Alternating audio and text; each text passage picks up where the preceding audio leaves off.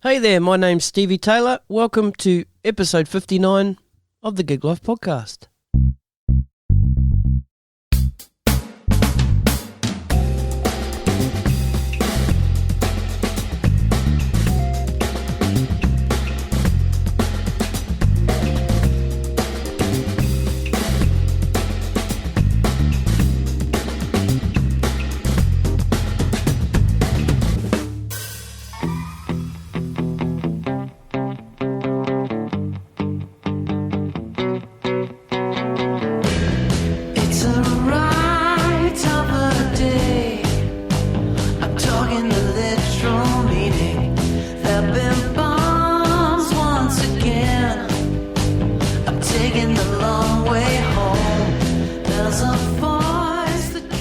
My guest today is Jak Housden, guitarist, singer, songwriter, producer and musical director from Sydney. Jak started playing guitar at 11 years old because in 1980, Jak's older brother Stephen Housden's band opened for the Police at the Hawley Pavilion. Now, after seeing that show, it was a life-changing light bulb moment for Jak. And from that day on, guitar is what he needed to be doing. Now, during his career, Jak's played in the Daryl Braithwaite band, was a founding member of the Badloves, has been a member of the Whitlams since playing on their 1999 album Love the City, is currently in superstar Tim Minchin's band, as well as a heap of other stuff that we talk about in this episode. Jak has a deep love for the 60s, the style, the feeling, the sound, and this really comes out in his new solo music, which you're listening to right now. This song is called Bombs. We also talked about his recording process, how he comes up with the sounds, embracing new technology, but also holding true to the belief that his sound starts back up the chain with his fingers on his guitar. Now, Jak's a cool cat. This was a real laid-back hang. So let's do it, ladies and gentlemen. Please give it up for Jak Housden. Cheers. London burns again. London burns again.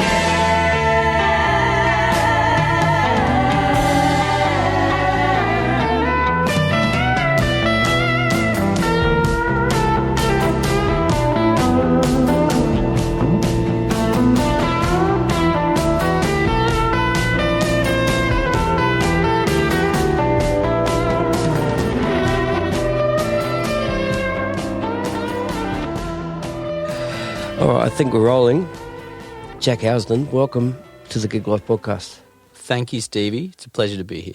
No worries, man. So, now what's the last week been up to? What have you been up to this last week? And then we'll roll back to your early days, early inklings, beginnings. Well, I've had a very full-on busy year, and for the first chunk of it, and the last few weeks, I guess, I've had fairly free, and I've been working on my own music in my studio, recording, staying up till very, very late, till the wee hours, singing my heart out.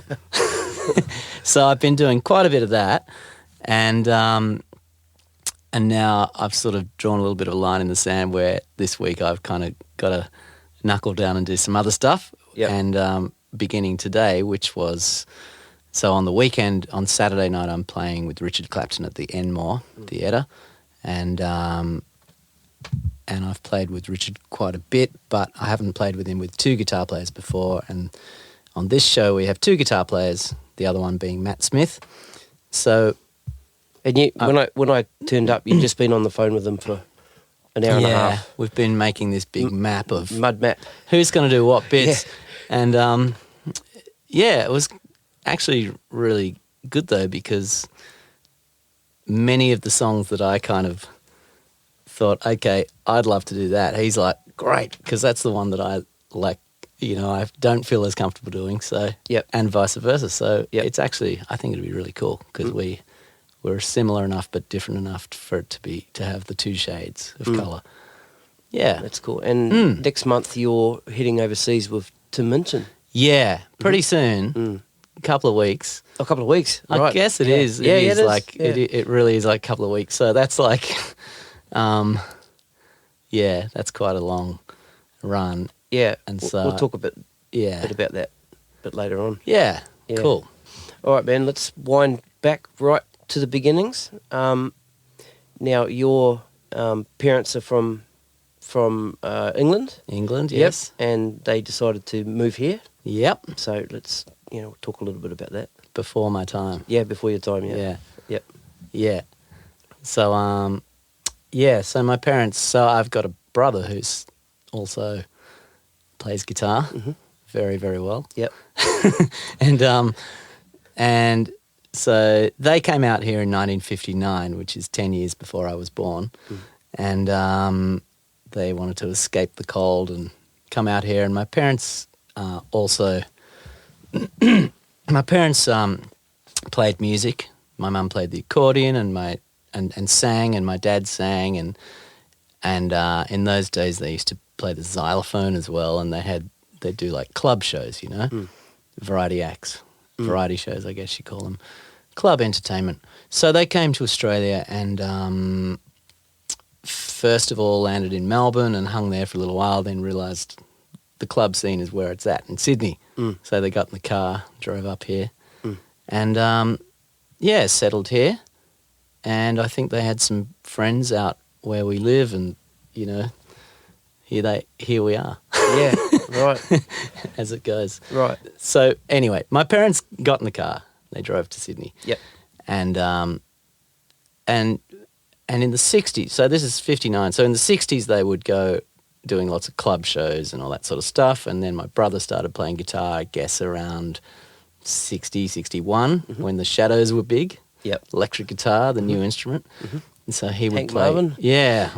Hank Marvin was a big influence on my brother. Yeah, right. And so I kind of, when I came along in 69, they'd sort of stopped doing the clubs and they were doing like more sort of churchy shows and old people's homes and all sorts of things like that. And so, and by then my brother was 18 when I was born. So my brother was like, he had bands and he was right in there, and this is the late 60s, early 70s. And we had people like Stevie Wright coming over and John English. Okay, so we haven't told the listeners who your brother is. So your brother is Stephen Housden, who would probably be most famous for Little River Band fame. Yeah. Am I right? Yeah. Yep. Right. He joined that band in 81. Yeah. Yep. So when I was a little boy, there'd be all these musos hanging around, rehearsing in the back room, and I wasn't allowed in the back room, but I could see them through the window. Yeah. So that was kind of the backdrop to my very early years, like until I was about 4. Then he moved out, but my parents played, and so they'd be like always rehearsing in the lounge room, and I'd just wake up to them sitting there going through songs. Mum on the accordion, singing, Dad played the harmonica, and they'd like record themselves, and that was their rehearsal time. And then we'd often go to shows, and so that was all pretty sort of normal stuff, I guess, in my life.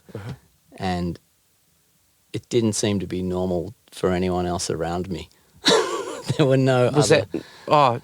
Was that made known to you by people, or is that just how you No, it felt? was just a feeling, I guess. Just every other kid was sports fanatical, and there didn't seem to be any music, very little music, other than in our house, Okay. But there was plenty in our house, Right.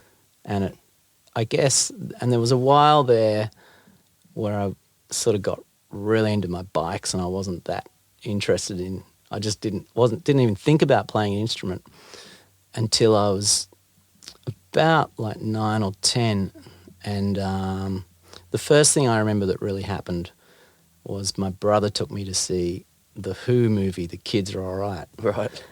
And I didn't know what I was going to see. I just went to the cinema on a Saturday afternoon with my brother, But I was like, whoa, what is this stuff, And so that really made an impression on me. And I also remember seeing Monterey Pop Festival on TV. And I also remember seeing Hendrix on TV at Woodstock, and just and really, and I guess just joining the dots with, this is what my brother does, He'd sort of come back and stay occasionally. Like if he was playing nearby, he'd maybe stay at our house, and you'd wake up and his guitar would be there, this really smoke-filled case. You know, right. in those days, everybody smoked everywhere. Yeah. And the smell. Which was what I associated with being a musician, I guess. Yeah. And so, so there was a little bit of interest there. And that must have been like 79, I guess. And so until, sorry, I'm jumping around a bit here, but please do, in the 70s, my brother kind of played in Marsha Hines' band and did a lot of sessions and all this sort of stuff. Yep. But around the end of the 70s, him and his mate started this sort of more kind of new wave, punky sort of influence band, which kind of went against the grain of everything that he'd sort of done with his muso buddies before, I guess, you know. And they were called the Imports. Mm. And if I had $1 for every dude that I've met that said, "Oh, I remember seeing the Imports," really, I'd probably have a little more money. Yeah, right. Right. It's incredible. This band were around for like a year, and they seemed to really make an impression on people. But was it the type of music, or was it? Well, I think, I mean, they were pretty great players. They're pretty great musicians. My brother was just peaking. Like, he's just like, I hear the tapes now, and I'm just like, wow, it's just mind blowing. Yep. I mean, all the bands would like. Mossy and those guys Barnesy would get up and sing with them, and you know it was sort of a big thing in that little underground kind of pub kind of way. Right. I mean, this is all my take on it, of course, because I was 10 then. I didn't go along and see them. However, so this band had started, and then one day my dad said, "Hey, we're going to see your brother play. You know, he's playing at the Horden Pavilion supporting the Police." I said, "Who are the Police?" I always remember my dad sort of singing Walking on the Moon to me, which was like brand new then. So I just sort of went along on this family outing as I had done before, and it just was like a light bulb moment, and I just went, bang, that is what I've got to do. And so I for my birthday, I tried to get a guitar. Oh, I did get a guitar. I asked for a guitar. But do you remember, like, watching Andy Summers? Or was it just the whole thing? Nah, it was more the whole thing. Yeah, yeah. It was definitely not like, you know, there's Andy Summers. I didn't know who Andy Summers was. Right. But I guess what did happen was it was recorded for Double J by Keith Walker. Right. Do you know Keith Walker? No, I don't. Well, he worked for the ABC, and he's a pal, but yeah. Okay, cool. I keep finding these things where I go, I wonder if Keith Walker recorded that. Sure enough. So that's cool. So they recorded that show, and it was played on Double J, which was before Triple J. There was Double J on AM, and I recorded it on my cassette, and you know I certainly got very familiar with that live show. Like I would just play it to death, and listen. So then I became familiar with Andy Summers. Right. Awesome. Yeah. But yeah, that was sort of how it began. So, was it, hey, shake Dad by the arm, I need to get an electric guitar? How do we make this happen? Yeah, it kind of was. It was kind of like, you know, okay, we'll get your brother to find you a guitar because he'll know what to look for. Yep. Now, my brother found this little amp, an Evans amp, which I still have, but for the guitar, he was doing a session for this guy who he used to do a lot of stuff for, and he mentioned that he was actually meant to be out at this auction to find his little brother a guitar. Oh, right. And this guy, John Gillard, who did a lot of ads in those days, said, "Oh, I've got this guitar on the wall. Just here, you can have it." And he gave him this guitar. So he gave him this like Japanese no-name guitar, semi-acoustic guitar. Right. And that was my first guitar. Great. Do you still have it? I don't.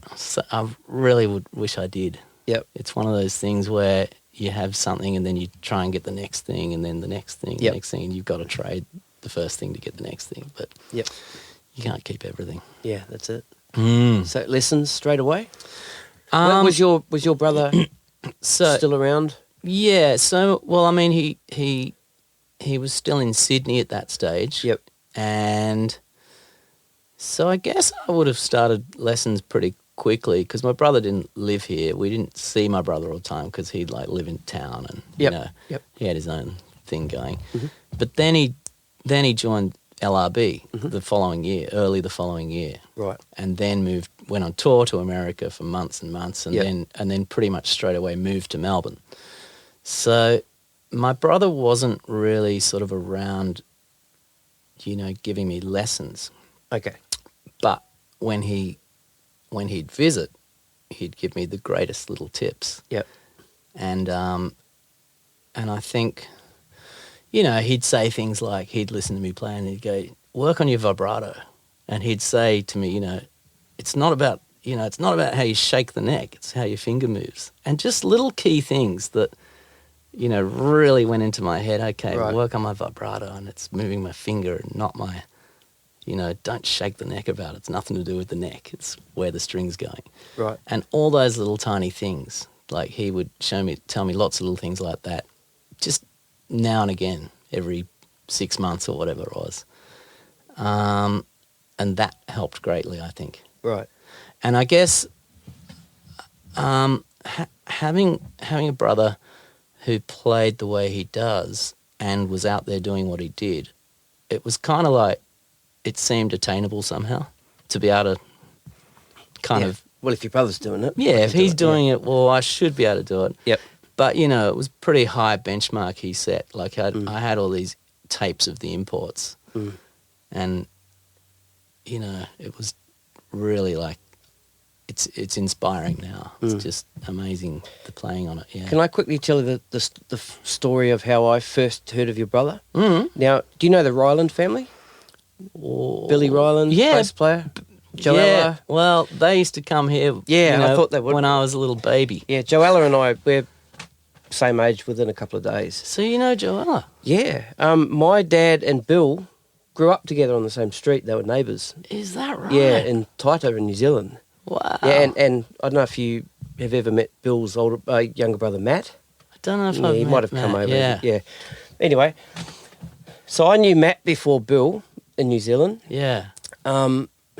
Dad had tracked Bill down. Right. My dad, when Dad came over here for a holiday once, and Bill gave him this cassette tape of a whole bunch of demos that Bill had done. Right. And gave it to me to listen to. Right. And there was this one song in there with this fucking phenomenal solo on it. Yeah. Blew me away. And I still remember the song. I still remember the solo, the whole thing. Yeah. And then I found out it was your brother Steve. Wow. And then once I found out it was him, then they told me that he was in Little River Band. And I'm like, oh, wow, that's cool. Yeah, wow. so that was the first time I'd heard of Steve. That's amazing. Yeah. Small world. It is, yeah. Yeah. When my brother got married, they used to live in a half house. This is in about 77. They used to live in a house that was like a half house. Right. You know, half their house, half Bill and Pam's house. Oh, is that right? And okay. And the wedding reception, they broke the door down and opened the house. Well, not broke it down, but, you know. Yeah, right. Somehow opened up the divider. Yeah. And turned the whole thing into one big party house. Yeah, yeah. Because Bill, I think, played with Steve with Stevie Wright. Yep, Steve. Yeah, and that's right. And also in Marsh's band for a little while. Yeah, but he got let go. Right, I don't remember him in Marsh's band, but yeah, I'm not sure if he was there long. I'm not quite sure. They met Bill by my brother either answered an ad or put an ad in the paper for a keyboard player for their band. Right. And this guy answered, and the guy was Garth Porter. And they eventually arranged... Oh, do you know who Garth Porter is? I've heard the name. He's keyboard player from Sherbet. Oh, right. But he's also quite a famous in his own right as a sort of producer in the country music scene. Right. And has a brilliant studio that I've worked at quite a bit. Okay. But this is in about 1970, and they went and knocked on his door and eventually met Garth, and Garth said, oh, look, I've actually just joined this band called Sherbet. And... But here, meet my flatmate, Bill. Right. And Bill sort of introduced them to Stevie Wright and stuff. Right. Yeah. When the Rylands were living in Watson's Bay, they were living in Watson's Bay when we first came to Australia Yeah. in '94, Right. and the bass player from Sherbet was living in the same building as Oh, they yeah. were in Yeah. Watts Bay. Yeah, right. Yeah. So that's Yeah. the little backstory there. See, there's lots of Yeah. little connections, like I know, you were man. saying, isn't it? And Aren't there? I think I would have. I'm just trying to think how old I would have been when I first heard that tape. Maybe 17, 18. Wow. And Yeah. just Bill's songwriting and his singing and his bass playing, I just thought he was the greatest ever. Yeah. Yeah. Yeah. And when I first met him, he picked us up because he was a taxi driver. Yeah. He Wow. picked us up from the airport. And Yeah. I'm like, oh, so cool to meet you, man. You know, I was like a little That's fan, great. you know. Yeah. That's awesome. But yeah, Steve's solo on Yeah. that one track is phenomenal. Yeah. Yeah. Nice. Yeah. Good, good. Yeah. Mm. So anyway, back to you. Sorry. That's all right. It's fine. So, yeah. So, okay. So then, I had lessons and I kind of blah, blah, blah, played and was very, very keen to be in a band and all that sort of stuff. Mm-hmm. Found it pretty hard to find people to play with. Then when I was 15, I kind of met up with some people who could play. A guy named Rick Ballon, who's a guitar player around Sydney. Mm-hmm. And we had a little band for a while. And then I joined a band called The Riff, which was, the drummer in The Riff is Sean, who runs Stage Door. Oh, really? Rehearsal. You know Sean? Right, yeah. Yeah. So that was when I was 15, just maybe 16 or whatever. Right. And but then I moved to Melbourne. Right. And the way I moved to Melbourne was just a chance thing where my brother happened to meet a guy named Craig Harneth, who was in the band Kids in the Kitchen. Yep. Just happened to bump into him and got chatting and just mentioned how he had a little brother who was getting pretty good on the guitar and stuff. Mm. Craig just sort of put this in his memory bank. And when he got to Sydney on tour next, he lived behind these guys in a band, that they're in this band called Charlie, and he lived behind them, and to him he was like, they need a new guitar player. When he got to Sydney, he looked me up in the phone book and rang me up, and my immediate reaction was, oh no, I think you're looking for my brother, you know, because this guy from this famous pop band that I'd watch on Countdown is ringing me up, but he's actually looking for me. And so he'd sort of told me about this band and, you know, said you should come down and audition for them and da-da-da. So I did. I went down, auditioned, and it was great. So, Got in this band. So what about school? Oh, yeah, that. Yeah. Because you were 15, 16. So yeah, it's like I left at 15. you left at 15. Yeah, I pretty much just knew what I wanted to do and I didn't really plan on having a fallback plan. Oh, I just kind that's of, cool. I was like, this is what I'm going to do. You're going to go for it. Yeah. That's awesome. Yeah. Well, it's good for me. It's not good for everyone. Right. I wouldn't, you know, go recommending that. But it was good for me and it was the right thing to do. Yep. Yeah, without a doubt.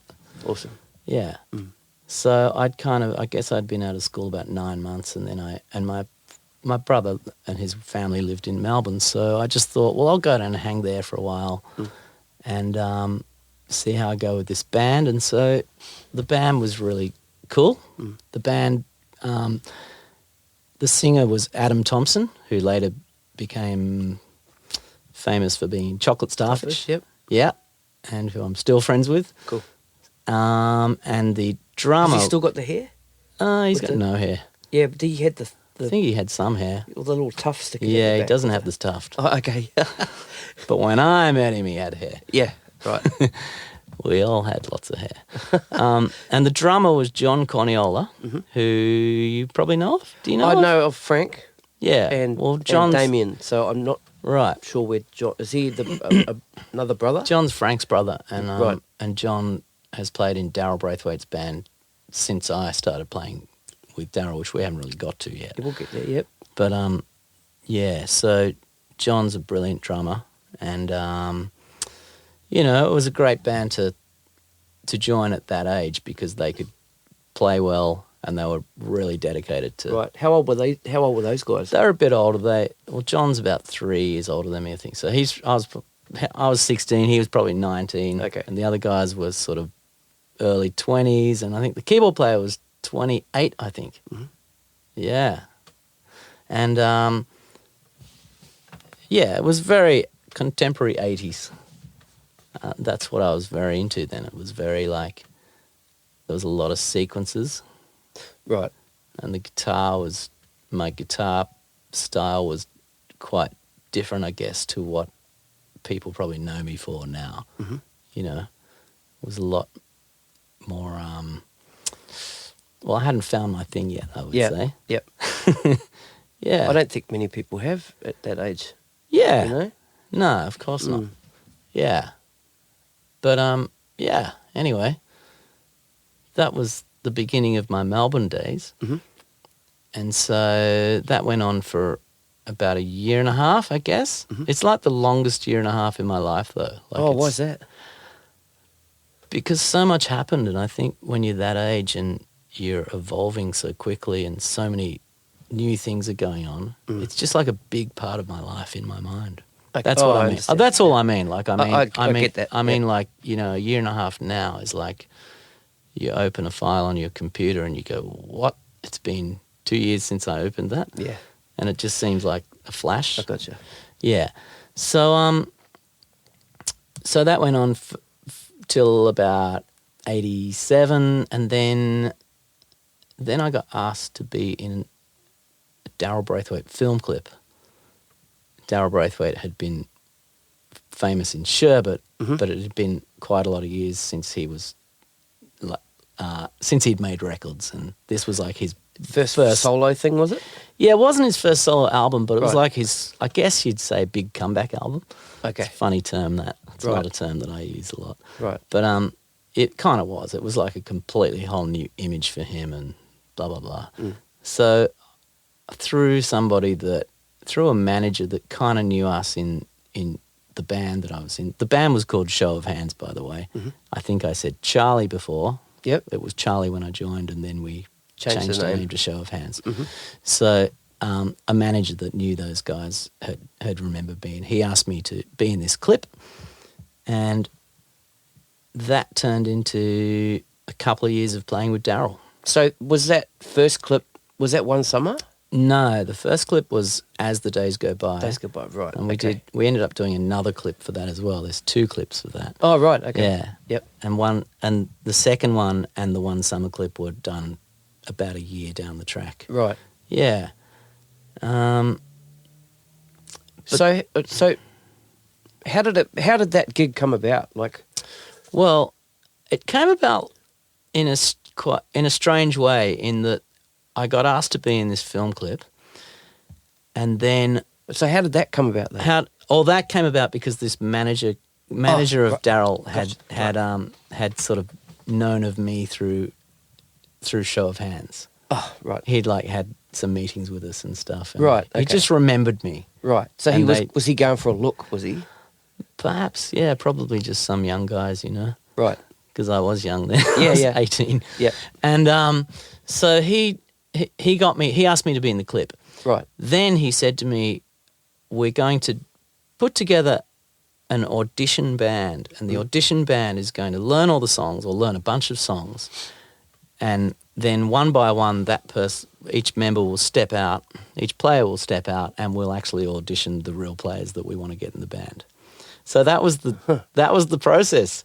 Right. But what happened was, pretty much, we learnt the songs, and then pretty much most of us just ended up staying in the band. There was myself, there was Steve Morgan, who was from Icehouse, Lawrence Maddy on keyboards, who'd been in No Nonsense, a sort of ska band in Melbourne. And then I think I along with Steve Morgan, who also knew John Corniola, suggested John for the drummer role. Right. And he came along and you know, blitzed it. And there he is, bless him, still playing with Daryl. Right. Awesome. He's had a great run with Daryl. Yeah. Yeah. Yeah. So you didn't get to record with Daryl? I didn't record with him, no, because... What about the other guys? What about... No, those albums were kind of... well, the first album was done before we even knew Daryl. So, Right. we went on tour, we toured the album, we were all sort of hoping we'd get asked to do the next Yeah, one. because I just mentioned to you before that, Yeah. like one of my favourite all-time drumming albums Yeah. is Daryl Braithwaite's Rise with John Yeah. Watson on drums. Yeah. Yeah, and then you just told me that was basically the whole James Rain band. Is that right? It was basically Right. Watto and Andy Sichon on bass, and I think the guitar player was Jeff Scott. Mhm.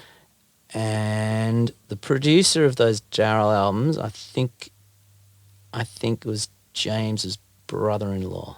I think he was married to James' sister, maybe. Okay. So, yeah, at the time it was a little... We were all hoping we'd get asked to this album. Yeah. But having gone on and made records and all that, I hadn't made records then, so...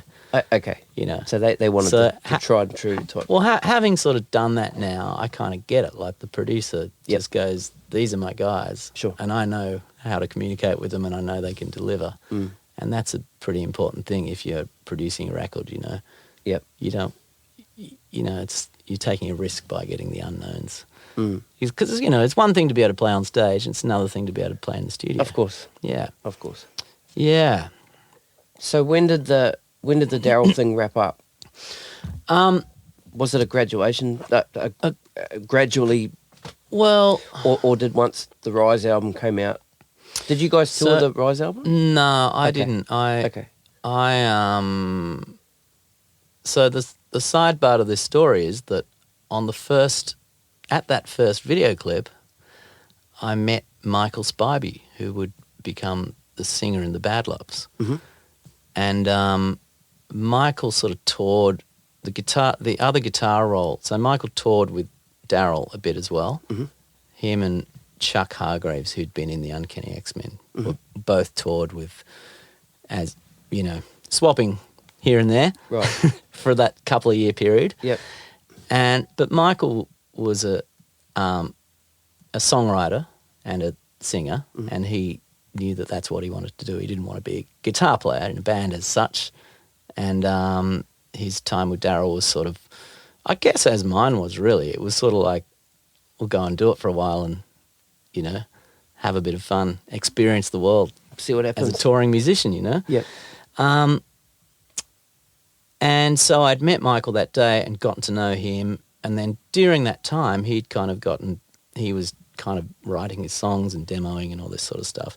And really, I guess, around that time when Daryl was probably recording Rise, that's when we'd sort of started the Badloves. Right. And so my memory of it is that we weren't really playing with Daryl, and the Badloves had just sort of begun.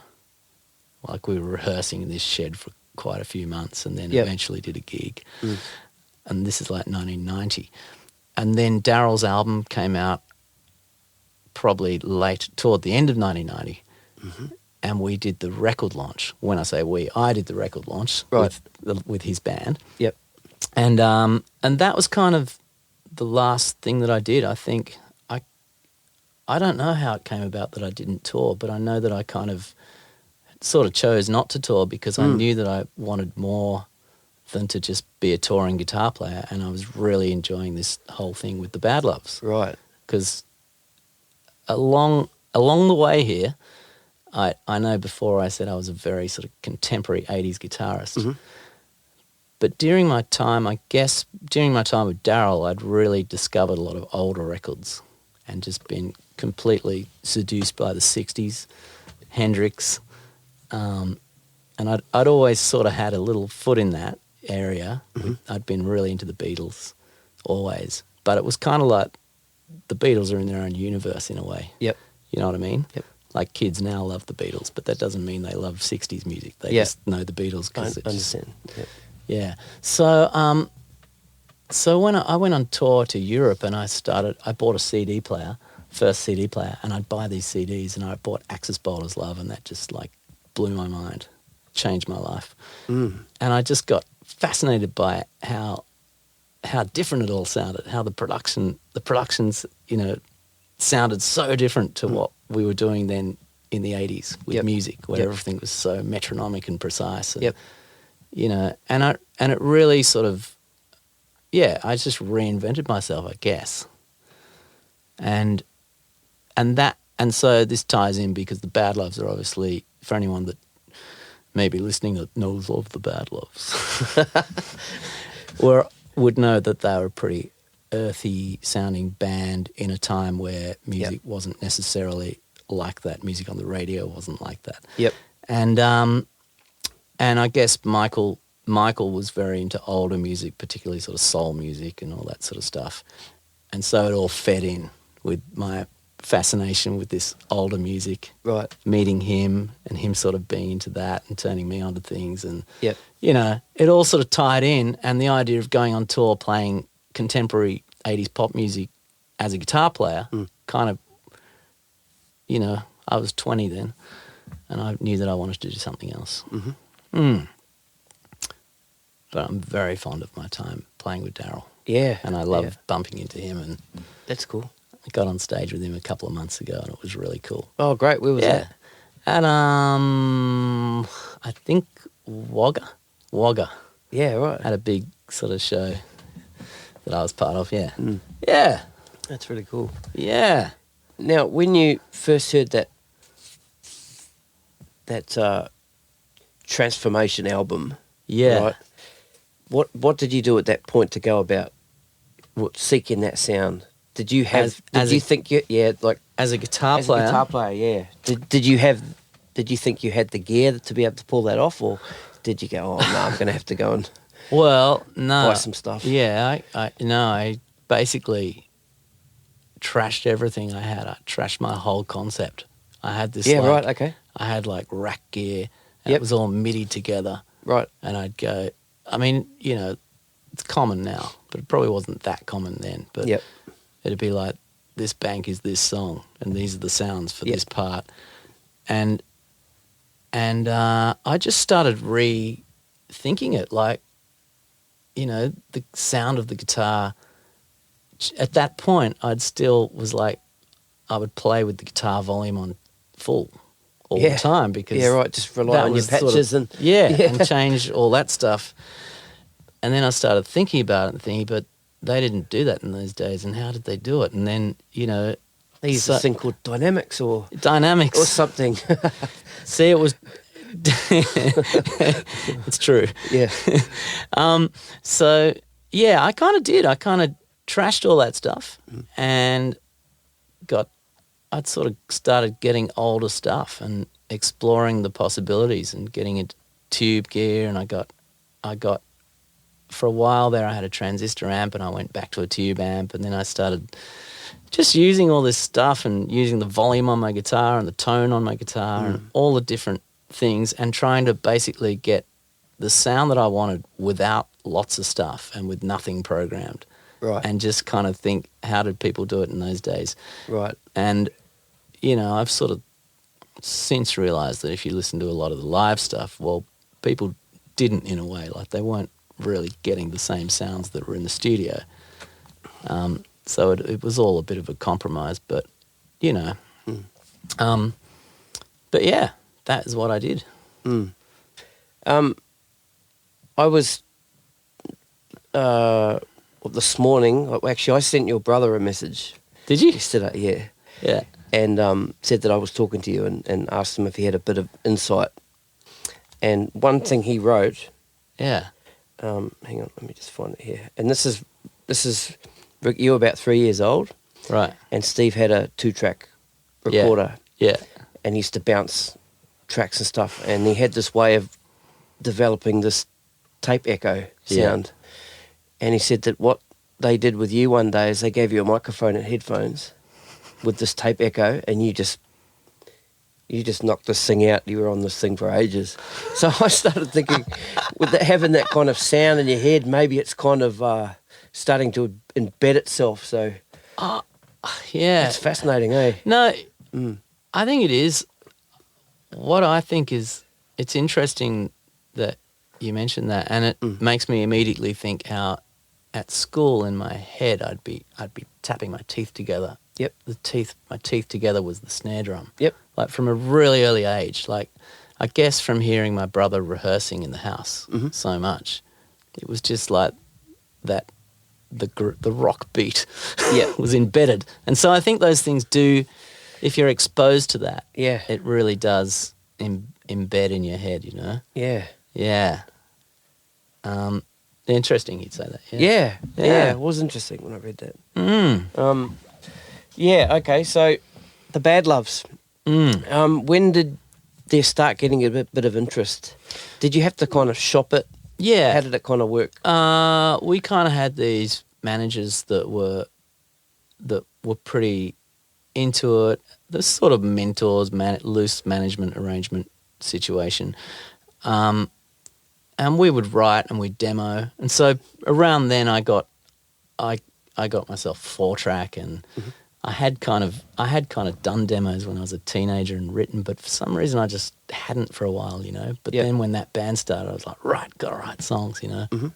And so we'd all do this. We'd all just demo these songs and write, and we eventually ended up with a reel of about, I think, 25 or 30 songs. And I guess 92, I think, we signed to Mushroom. I mean, it wasn't like the people were knocking down the door, but Mushroom got interested and could see something there, you know. Is that Gudinski? Yep. Mushroom? Right. Okay. Yep. Gudinski. And we used to play at this gig, the Station Hotel in Paran and in Victoria, and that had been a real hang in the 70s, and Gudinski, I think, had sort of seen lots of bands there, and then he sort of came to see us or something, knew that we played there. Okay, cool. Sort of tied in somehow because we were quite 70s sounding, you know. Okay. But I'm sure they weren't signing us thinking these guys are 70s, we're going to sign them. They were kind of hearing the songs and the way we put it together. And so, so I think we signed around early 92 and probably started recording our first record around late 92. Came out in 93.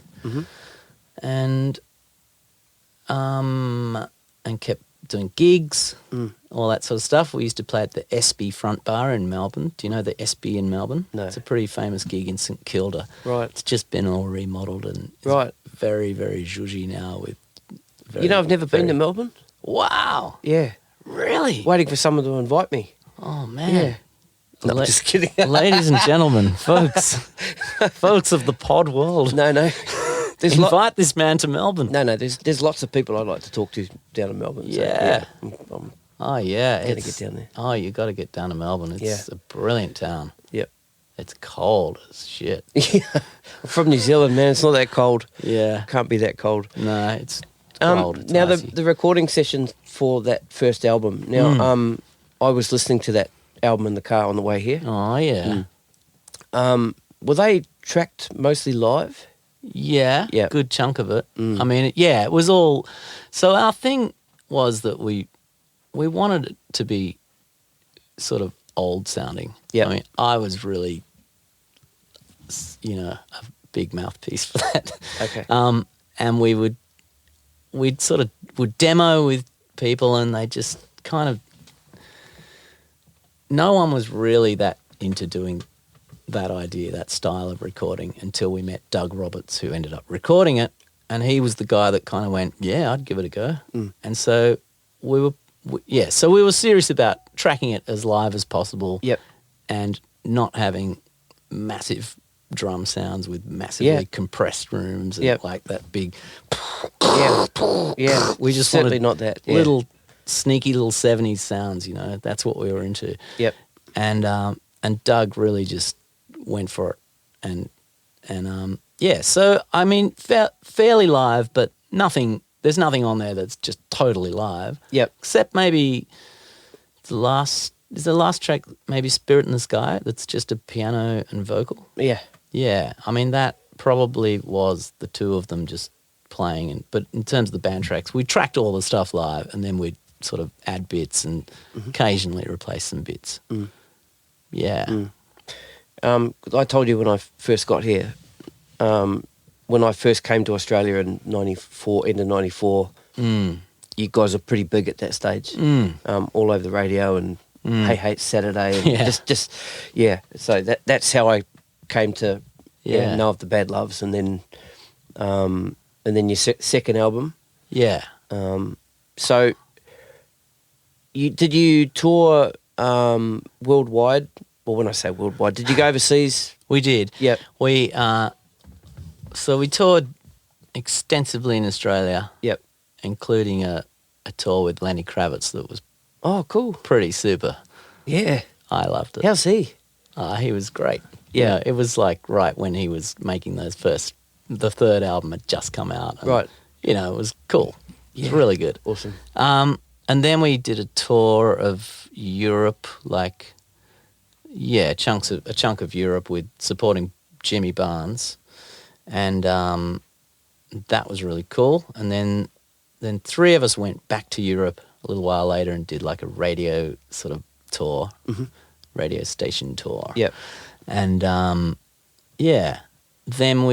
it was the classic thing of, all right, you've had 3 years to get your first record together. Here's 6 weeks, write a new album. Oh, right. And, I guess if we were really together, we would have been just writing along the way, but we kind of weren't. Yeah, right. And, just enjoying the trip. it's kind of hard. You get on the road and it's hard. Like I toured this year with Tim Minchin, like a big 10-week tour. Yeah. And, man, I had big plans and Yeah, right. of what I was going to do on my downtime. And Right. it just didn't happen because there's just a lot going on tour, on certain tours, Yep. There's lots going on and it's really hard to go, okay, I'm going to step away from that now and do Yep. what I've came here to do. And Yep. yeah, anyway. So we toured. So then we got into working on this second album. First one had done well, so we thought we were kings. Right. I'm saying this kind of I know what you're half saying. jokingly, but Yep. we'd like the first album we wrote in a shed. Second album we're in Sing Sing Studios, block booked for 6 weeks Right.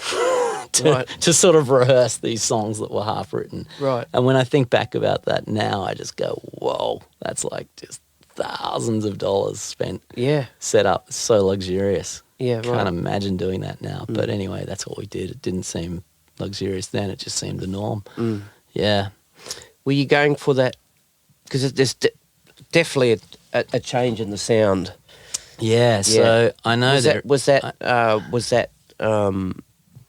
what's the word I'm looking for? conscious. Conscious, yes, thank you. I don't think it was necessarily conscious. I think part of the thing was that the first album the songs had been played lots live and developed. And, the songs had a chance to develop. And you kind of find the ones that work as a band and resonate with an audience and all those sort of things. Second one, we did nothing like that. So you kind of sit there and you write a song on your guitar, and it is a good song, or it can be a good song. Yep. But it doesn't mean it's going to kind of translate to a band setting or to an audience in the same way that perhaps a song that you've kind of written and then evolved with the band and all that, developed with the band and all Gotcha. that. So I guess with that album, we ended up with all these songs, and then we sort of voted which is the best song. And, we may have chosen the best songs, but for me, it's less cohesive and less of a whole package. It's just like, so the sound is different probably because we said these are the songs that stand out as songs. Yep. Sort of taught me that I think with an album, you kind of want to have an album that's an album, and sometimes the lesser songs work better in the big picture of that album. Yeah, because you talked about the first album, there not being that, that compressed drum sound, and but like the song "Slave," it definitely has that, especially on the drums. Well, it has a lot of compression, but it's still bone dry. Yeah, it's right. not okay, and that compression actually. It's interesting you mentioned that. Yeah, cool. It's still a very dry sound, Right. but Yep. it is quite compressed, I guess. Yeah. And at the time, I thought it was really cool and Yeah, exciting. yeah, definitely. But that was mixed by Jack Joseph Puig in LA. Oh, really? Yeah. Oh, wow. And that sort of came about because we mixed it here and kind of we weren't jumping up and down about it. And then our manager, I think, suggested, why don't we just get someone else to mix it from scratch, someone that had nothing to do with it. So that immediately changed it, doubled the budget. Yeah, right. And all those things. So what other stuff was he doing at the time? Well, he'd just done the Black Crowes Amorica album, right. which we were kind of... I wasn't so much into that one, but I loved the one before it, the Southern Harmony Musical Companion. It's a very cool album. But Amorica, you know, it's still sort of... I guess Amorica quite has that similar compressed sound, doesn't it? You know? Yeah. Yeah. Yeah. Our keyboard player used to say it's a lesson in compression. Lesson in compression, right. If someone says, what does a compressor do? Put Holy Roadside on. Yeah. I don't know. Yeah. Yeah, that's cool. Yeah. Now, did you... Okay, so this album comes out. Yeah. What was the expectation? Well, I think the reaction was possibly a bit like you're having right now. You're saying it's very different. Was it conscious to be different? And I think, you know, in some ways, yeah, it didn't... The reaction was not as great as the first one. Yeah. And I can kind of dig that because the first one had a thing and I don't think the second one had as much of a thing. Right. And I think we did some things that weren't maybe ideal. Like the first single we released is a full-on acoustic song and suddenly we're all sort of wearing suits playing acoustic guitars in our clip. Right. And I don't know. It wasn't really a conscious shift at the time. Totally, I don't think. But in hindsight, yeah, it was a bit of a strange move. Hindsight. Yeah. Hindsight, yes. Yeah. Yeah. So, did the feeling start to change in the band? That you kind of lost the spark, so to speak? Well, yeah, it's sort of... I guess it sort of became a bit of a... Then we did this live album. We did a live album, which, I don't know, it's a funny representation of us, but yeah, I guess, I don't know. It's kind of hard to remember. Oh, so around then I moved back to Sydney. That was one, my dad got sick and I kind of came back and then sort of stayed here. So I guess that was a bit of a... possibly a bit of a factor, but, you know, bands still function with members in different cities all the time. Yep.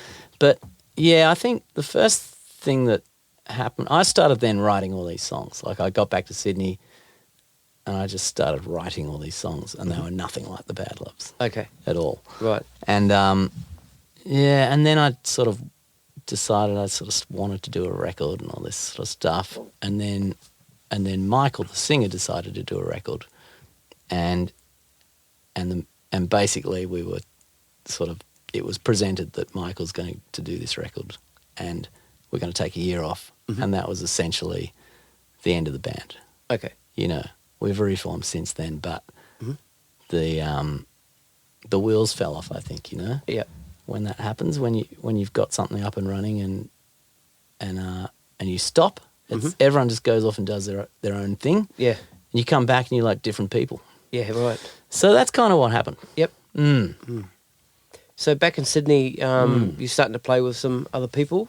Were you starting to do sessions? Well, I wasn't really, not much, not yet. Like I kind of started recording and learning how to record. And, you know, I bought a hard disk recorder, new technology then. Yeah. And just set up my little studio and just like kind of immersed myself in that. Yep. And I'd play around a little bit, sort of jam a bit with people and play a bit. But I kind of focused on writing my songs and recording them and learning how to record them. And I think that really sort of taught me how to play in a situation, in a session situation where you're playing, you're not in there in the live room with your mates playing the songs that you know well. Yep. All together. You're kind of creating a part on the spot. Yep. And locking it in with the track. Yep. And getting it to sit right. And you know, So I kind of spent a bit of time doing that. And then I did start playing a little bit. I went on tour with Kate Sobrano. So this is now around like 99, I guess. I went on tour with Kate and played a bit with Christine Anu. And then Tim Friedman rang me up. Tim Friedman from the Whitlams. And he had actually rang me before once. And I'd said, no, I'm busy recording my stuff. But I didn't really know who the Whitlams were. And like, they were just like another band that floated around. So I didn't really think about it too much, other than I just sort of remembered he'd mentioned that to me. Oh, then I went and played on their record. So I did do some sessions with them, and I guess I did bits of sessions here and there. And I played on Love This City album a bit. And I started doing sessions for my friend Daniel Denham, who I still work with frequently, and had a great relationship with Daniel, I guess, for over 20 years now. And Daniel was working on that album, and on the Love This City album, and so I did some tracks on that, and then like Terapai played on that, didn't he? Yeah, so Terapai. Had you met him before that? I'd done, yeah, with Daniel. Terapai and I had both done sessions for Daniel. Okay. We played with Diana Arnade, with Daniel producing. And so, yeah, Terapai sort of did that album as a session drummer. And then it was kind of after that album that he got asked to be in the band. Yep. And then they toured for a while. Then I got asked to be in the band. And cool. And then I thought, all right, I'm going to see what this is about now. Having done some sessions with them. And yeah. And it was a funny little experience at first, because like Tim has this, he had this house down the south coast, and they'd be set up there, and the Whitlams as a rehearsal band is really funny. Like it's as far the opposite from our live shows as you could possibly imagine. So like the live shows really kick. Like they really, we just go for it. Yep. Pie just is like having a big machine behind you, a big sensitive machine that picks up on what everyone else is doing and plays sympathetically to them, whilst still kicking you in the ass somehow, Yep. It's pretty amazing. But rehearsals, it's like just sitting around on the couch, people half playing. And so I'd go and rehearse with this band. I'd be like, what is this band about? And I didn't really know all the songs. I knew some of the songs, but there was lots I didn't know. And then, so I'm learning all these songs, and then the first gig's coming up. And I get on stage at the first gig, and I just didn't know what hit me. It was just like this packed room, people just squashed up right to the front. Right. Because I'm right in the centre. People are like, a metre away from me, singing every word to all these songs, and Pie is just like going for it, Yep. And it was just like, whoa. And that is what it's like. It's like that every time we play. Yep. It's amazing. Can you tell I really love playing with these guys? A big smile on your face. Yeah, I really do. I just love it. I love it, yeah. Yeah. And it's sort of, the irony is, it's such un-guitar music, I guess, Yeah. Yeah. But because obviously very piano-based. Yeah, it is, but, it's the music. The music carries it, The music is the important part, not the guitar factor. Yeah, incredible songs. Yeah, too. yeah. So any future albums with Whitlams, do you think? We haven't done an album for 13 years now. Yeah. But Tim has actually been writing some songs. Okay, cool. And that's big news. So I don't know. Are you allowed to share that here? Well, Because this goes out to millions. Yeah, look, there's going to be at least several hundred or thousand of those millions that are going to go to Tim's shows Yeah, for sure. in the next couple of months. We've got tickets. No, I'm just kidding. Well, he is doing a run of shows, and he's promised to play some new songs, and so he's been writing the new songs. Great. Yeah. So, yeah, I'm sure I can share that. Cool. Yeah. as for the rest, I don't have any idea. I don't know if we were record or what. I don't know. Yep. Mm. Yep. And you guys came off your 20-year anniversary tour last year, is that right? Yeah. Yeah. Yeah. When I spoke to Terapai, Yeah. it was the day after you guys had done a corporate gig for a couple of tech guys in Sydney, because the wife liked the Whitlams, so they hired you guys to. I think I maybe didn't do that gig. Oh right, okay. Right. Sometimes those little gigs happen. Oh, I think I was somewhere else. Oh right, okay. And I think I remember I listened to Terapai's thing and he was mentioning that, and I think Okay, I was yeah. thinking, oh yeah, that was, I couldn't do that gig or something. Yeah, right, okay. You know, very occasionally they will do that. Yeah, that's cool. So the Whitlams obviously don't take up most of your year unless you're on a tour, I guess. Yeah. So what's sort of filling those gaps? Well, lots of little bits and pieces. I've done many interesting little things in the last little while. Yeah. Like this year, for instance, I began the year by playing the Red Hot Summer Tour with Richard Clapton. Mm-hmm.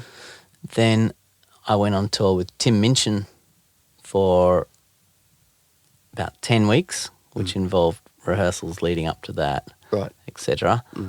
And played at theatres, like the State Theatre. We did like 8 State Theatres and 8 Palais Theatres in Melbourne. It was a big tour. Wow. And Did you do the Opera House stuff as well with him? the first time I played with him was in 2015 at the Opera House Foreshore. So I know he's done some Opera House stuff in the concert hall. Inside, yeah. Yeah, I didn't do this stuff. Right, inside. okay. Yeah. Yeah. And then, what happened then? Then the Whitlams went on tour. Yeah. That was, how long, about 6 weeks? Mm-hmm. And I also do, so one of the things that I've been doing, which I really love for about the last 4 years, is these retro kind of shows called Classic Hits or Pure Gold Live. Yep. And they involve about 10 or 12 acts, and I'm the MD of the house band. So, cool. So in a day, there might be like 12 bands, and maybe 3 or 4 of those will be self-contained bands, and the rest will be house band acts. And so the acts we're talking about are people like Steve Kilbey from The Church does it, Richard Clapton sometimes does it, the Eurogliders, Swanee, lots of big 80s acts, you know. Yep. And I kind of love it because it's like sort of being on the set in Countdown, on Countdown when I was a kid. Right. Yeah, that's people cool. I used to watch. That's cool. So it's fun. So we maybe do like about 7 of those a year. Right. And it's a really cool band with Dario on bass, sometimes Victor on bass, and Gordon Rittmeister on drums, and my wife Robin sings BBs. So I do that a bit in the year, and throughout the year, I should say. Yep. In recent times, I've done album. I've did the latest Steve Kilbey album. Played guitar on it. Yep. When I say did, I did the latest Glenn Shorrock album, playing lots of stuff that I used to hear my brother play. Yeah, that's cool, man. It's pretty psychedelic. Yeah. I mean, psychedelic concept. Yeah. Yeah, it was quite funny, like, because it's an album of LRB songs. Yep. So I sort of, the way my brother performed those songs is embedded in my head. Right. And you try and stay true to that? I did in certain places. Yeah. But I think, like, the album was not really just let's redo those songs as they were. It was kind of our own angle on it, which was a bit earthier and stuff like that. But yeah, I definitely had to do a little psychological recalculate in places of how do I do this, being true to how I've heard, how I grew up with it, hearing my brother play it, versus hearing the 70s records before my brother was in it, Right. versus the way I play now as me. Right. And it was an interesting, definitely psychologically different to any other thing that I've done. Yeah, for sure. Yeah, there's a lot going on there. Yeah. So how did that come about? Glenn does the shows that I mentioned, the retro right. shows. Okay. He does those. So I've sort of gotten to know Glenn, gotten to know. I mean, I sort of knew him a little when I was a kid. Yep. Gotten to know him again. And then this album came up, and my good friend Steve Balby produced that album. And so he suggested me, and Glenn was into that, and away we went. I played with Steve Belby. Did you? It was only for about 60 seconds, but we did a benefit concert. Well, I was in the band I was playing at the time, my covers band. We were the band. Yeah. And we're doing a benefit concert for a friend of ours that was had lung cancer. Right. And it was out at the Cube at Campbelltown. Yep. And Steve was one of the guests, and he got up solo. Yeah. And started playing some songs, and then he just sort of wanted a bit of crowd participation, so he started clapping something out, and then he called for the drummer to come up. Right. So I ran up, jumped behind the drums, and just played a kick drum through one of his songs. So that was. I can see that. Yeah. Very clearly in my mind. Yeah. Well, what you wouldn't have seen, I mean, because Steve's obviously got his look. Yeah. But the band I was playing in, it's a beach band. Right. So I'm in a Hawaiian shirt. So I bet you didn't see that, eh? I didn't see that bit, but I can see the Steve part. Yeah. Getting the crowd involved. Yeah, it was cool. Yeah. He's so incredibly good at doing that. Yeah. Just taking an audience on a journey. He was fantastic. He really has a gift for it. Yeah. Sorry, back to the. Yeah. So I did that album with Steve producing, and I play with Steve as well. I play in his band. Cool. And we do a bit of stuff together. Yep. We're good pals. And what else? The Easy Beats thing. The Easy Beats thing, that was awesome. So I worked on the ABC biopic of the Easy Beats. And I first of all got asked to record the music, so we had to re-record a lot of the songs so they could then access the separate tracks and all that sort of stuff. Right.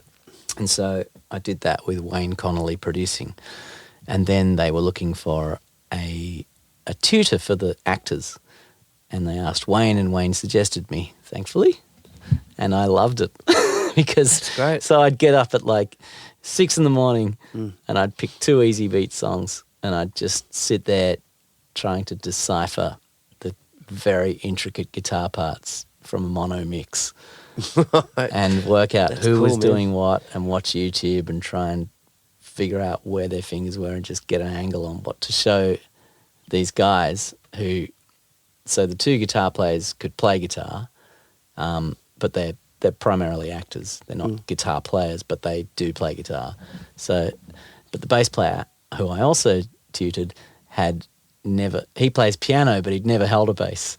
So, so day one, he's holding the bass, and he applied himself, and he went for it, and he just stood there like Dick Diamond playing all those runs. He just practiced. So and then I ended up on the set as well for all the music scenes, as the music supervisor. So that was a super gig because it falls right into, covers much ground of the things that I love, the 60s and, being on a period piece film set and all that sort of stuff. Yeah. It was really great. That's really cool. And it came out before we really get to the Tim Minchin stuff. Yeah. I'm fascinated in the recording process, always have been. Yeah. I told you that I'd recorded my EP last year. So I was interesting to know your recording process. Yeah.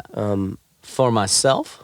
For yourself, yeah. Because we haven't really spoken about that, but I do, other than me saying I kind of learnt to record on my own and stuff. But yeah, Right. I'm quite a keen recordist and songwriter, and I'm currently working on my record, which I'm about to put out soon. That's I'm going to great. put a single out in December Yep.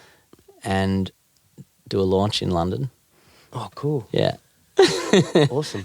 And yeah, so I've been working away on that, and yeah, my process. So Let me. What I mean by process is, I mean, you know, there's all these different ways to record. It's all, you can either go all in the box, outboard gear, combination of both. Some people are very strict on wanting it to be all outboard. Some people want it to all be in the box. We were talking a little bit about it before we went to air. Yeah, just interesting to know what your approach to it is. Do you hear a sound in your head, and is it whatever it takes to get that sound? Yep, definitely. Mm-hmm. And I've the sound. Well, for the music I'm doing right now, and that I love, like it's very 60s sounding, and you know, I've listened to those records for many, many years, and really just thought about how they recorded music in those days and what it was that made it sound like that, and read about it and explored it and I guess, but I don't think there's any one way to do anything. Yeah. But I have learnt that it begins by getting your drums to sound right as the drum kit. Right. And, you know, ideally record them in the room that you want them to be in. And that's definitely not the case with all of my music. I've definitely got tracks where it's like, oh, why did I do it in that room? And, you know, it's not as flexible when you're trying to get that sort of sound where it's one overhead mic and a kick drum mic, pretty much. You kind of, that's the sound, and there's less manipulation you can do compared to close micing everything and being able to change stuff. But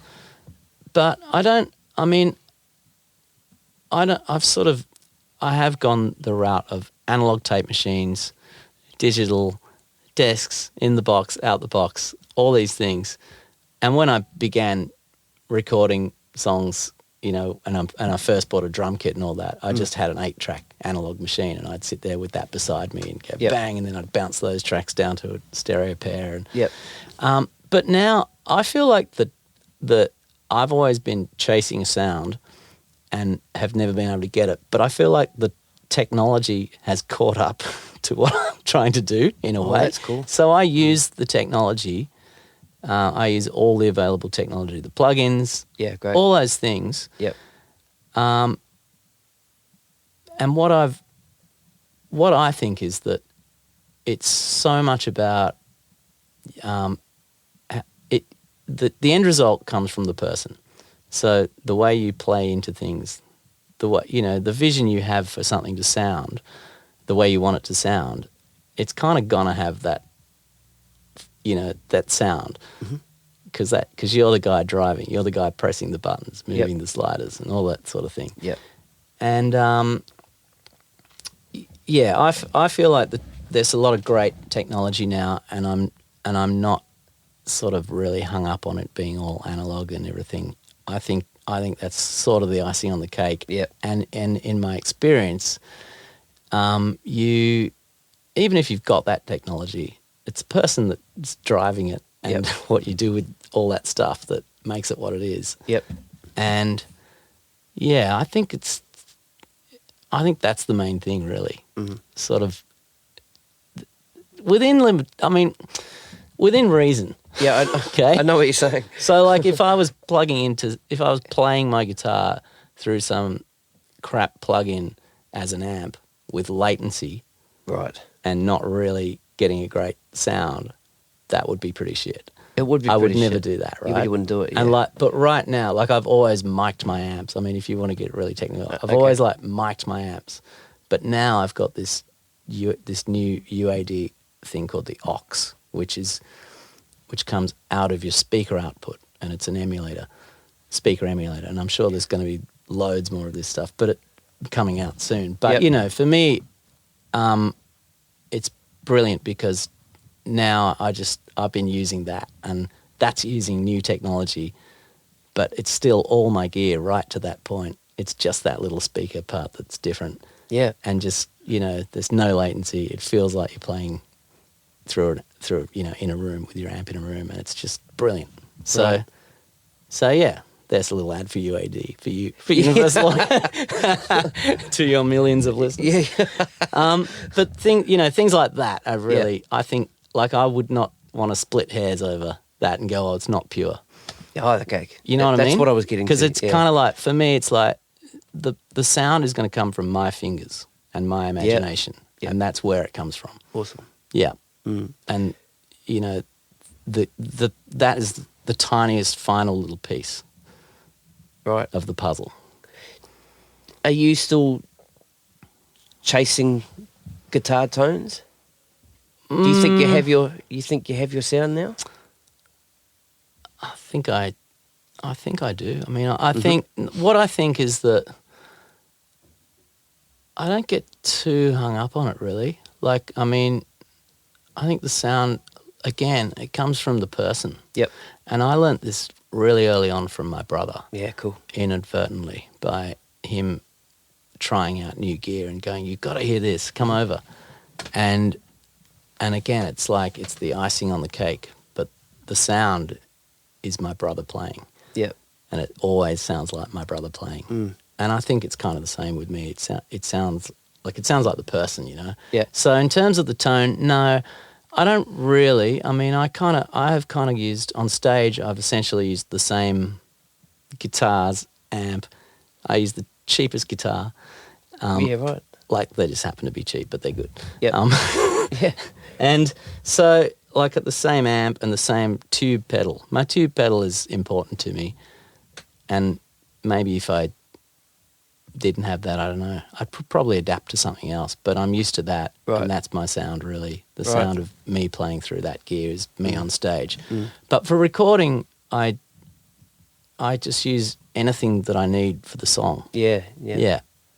Your brother also said that he quite often sends you stuff. Yeah. And if it passes the Jack test. Is that what he said? That's what he said. If it passes the Jack test, I know it'll be okay, he said. Wow. That's funny. Yeah. Yeah. I don't know. Yeah. Maybe I'm a harsh critic. I'm harshest on myself. Put it I that think way. we all are, aren't we? Yeah. Yeah. I'm very harsh. Yeah. Yeah, So- good answers. Yeah. So, we've mentioned you're going on tour with Tim Minchin. You've been playing with Tim for a while.